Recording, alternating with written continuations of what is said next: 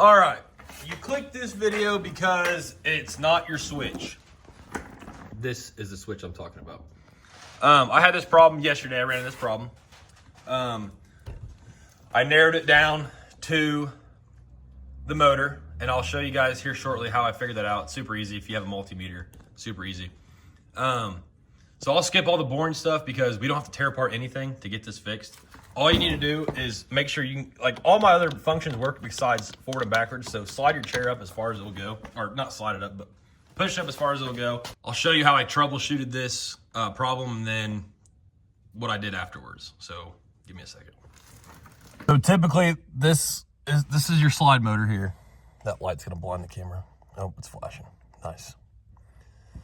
So it's gonna sit flat. I have it out right now, but, and then this wire is what plugs into the side of it, which I'll show you here. So first thing I did was unplug this wire, hook the multimeter up to it on DC, and then I check voltage from one of these two holes. I put the hot lead in one side, and then I put a ground on this here, and I check voltage.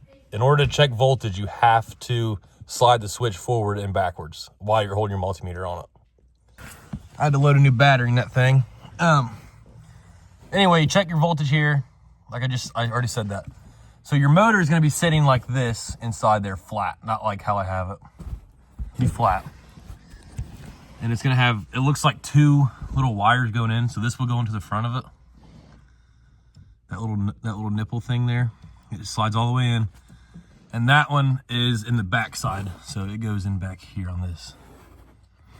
And then it's not simple, or it's not hard. All you have to do is take there's these little keepers, metal keepers here, bend them back a hair, and then take your fingers underneath, pop the back side up, and it'll free this, and then you slide it out. Or maybe it might be the front. Pop the front, and then, anyway, it's that simple. You just put your fingers in there, pop it out. Then, when you're done with that, you look this motor up, upside down. You look this motor up on Google, and you won't find it anywhere because they don't make them. They don't sell them. So then you go to your nearest junkyard or pull apart, whatever you want to call it. And I took this out of a Chevy Equinox, like a 2020. The seat was lifted up. I just pulled it out. It was 25 bucks. It took me 2 minutes to pull this out of the car. I'm not even kidding you. Went out to the car, tested it, it worked. And when I mean worked, when I used the lever, the motor actually moved. You could hear it. The other one didn't. It was just dead motor. I'm gonna now put this motor back in the seat. Hopefully it goes in pretty smooth. All right, so this was the tricky part. So what I did was I started off kind of going like this. So that little tail I showed you earlier, it's like a little wire thing.